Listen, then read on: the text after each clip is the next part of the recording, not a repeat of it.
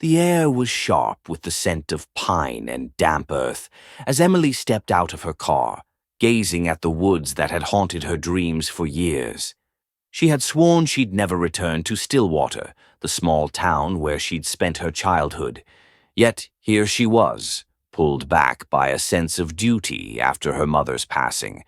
The family home stood at the edge of the forest, its windows staring blankly into the shadowy expanse of trees.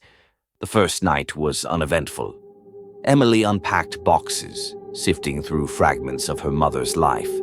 As darkness fell, she found herself drawn to the back porch, where the forest loomed like a black wall. A faint breeze stirred the trees, and for a moment she thought she heard something, a faint murmur, almost like voices. She shook it off as the wind playing tricks. But the whispers persisted. Each night they grew louder, more distinct. They sounded like fragments of conversation, but never enough to form full sentences. Emily's curiosity eventually overpowered her fear. On the fourth night, flashlight in hand, she ventured into the woods. The deeper she went, the clearer the whispers became. They spoke her name now, over and over, in voices she thought she recognized but couldn't place. The flashlight flickered, its beam cutting through the dense foliage. Her heart pounded as she stumbled upon a clearing, bathed in silver moonlight.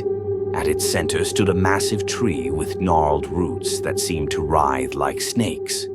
Pinned to the bark of the tree were photos, old, weathered images of people who had disappeared over the years.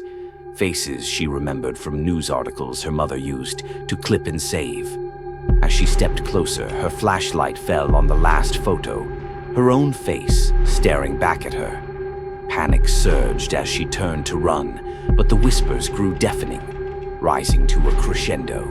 The trees around her swayed violently, though there was no wind. Shapes emerged from the shadows, translucent figures with hollow eyes and twisted expressions. They surrounded her, their voices now clear. "You shouldn't have come back." Emily fell to her knees, her breath shallow and ragged. The ground beneath her began to soften, pulling her down. She clawed at the earth, but it was futile. The last thing she saw was the ancient tree towering above her, its branches reaching like skeletal hands toward the sky.